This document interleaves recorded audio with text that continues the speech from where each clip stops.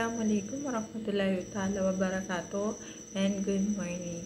So today we will gonna tackle about friendship and communication. So friendships and communications. Friendship is a special bond between people based on trust, support, and care. Communication is very important in friendship because it helps people understand each other, share feelings, and solve problems.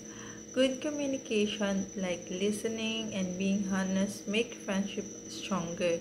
Without it, friends can easily have misunderstanding or grow apart. Number one, why communication is important in friendship? Communication helps friends stay connected by talking and listening. Friends can understand each other's feelings, solve problems, and enjoy spending time together. So yun na nga, mahalaga yung communications sa friendship kasi mas naiintindihan nyo yung isa't isa, mas nasosolve nyo yung problem kasi nasasabi nyo, diba nga, for example is like may problema ka and shinare mo yun sa friend mo, sinabi mo yun sa friend mo, mas malaking chance na matutulungan ka niya kaysa sa hindi ka nagsabi, so hindi niya rin alam kung paano ka tulungan kasi wala ka namang sinabi. So next is types of communication.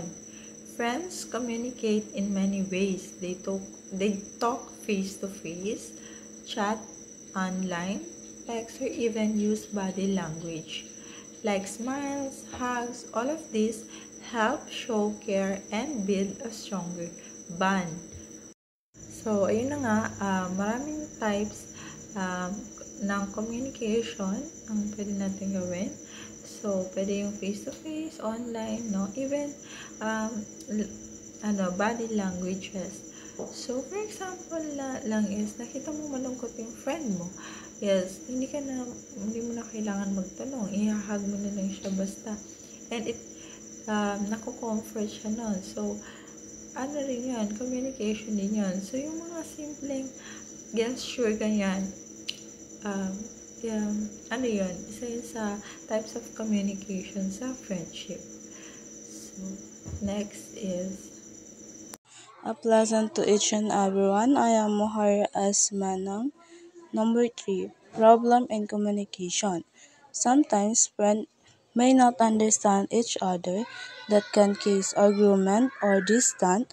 That's why it's important to listen carefully, speak kindly, and be honest.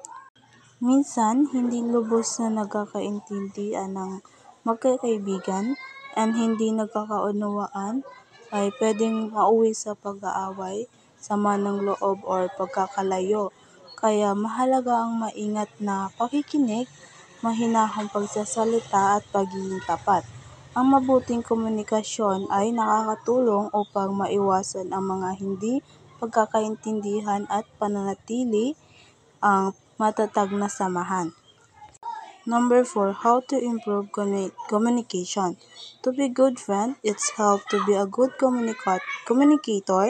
This means listening, show respect, being honest, and talking about your feelings in calm way. So, ang pagiging mabuting kaibigan ay nangangahulugan din na magiging mahusay at makikipagkomunikasyon. Kabilang dito ang mahusay na pakikinig, pagpapakita ng respect at pagiging tapat at mahinahong pagpapahayag sa damdamin. So kapag maayos ang usapan sa pagitan ng magkakaibigan, is mas lumalalim ang tiwala at mas tumitibay ang kanilang samahan.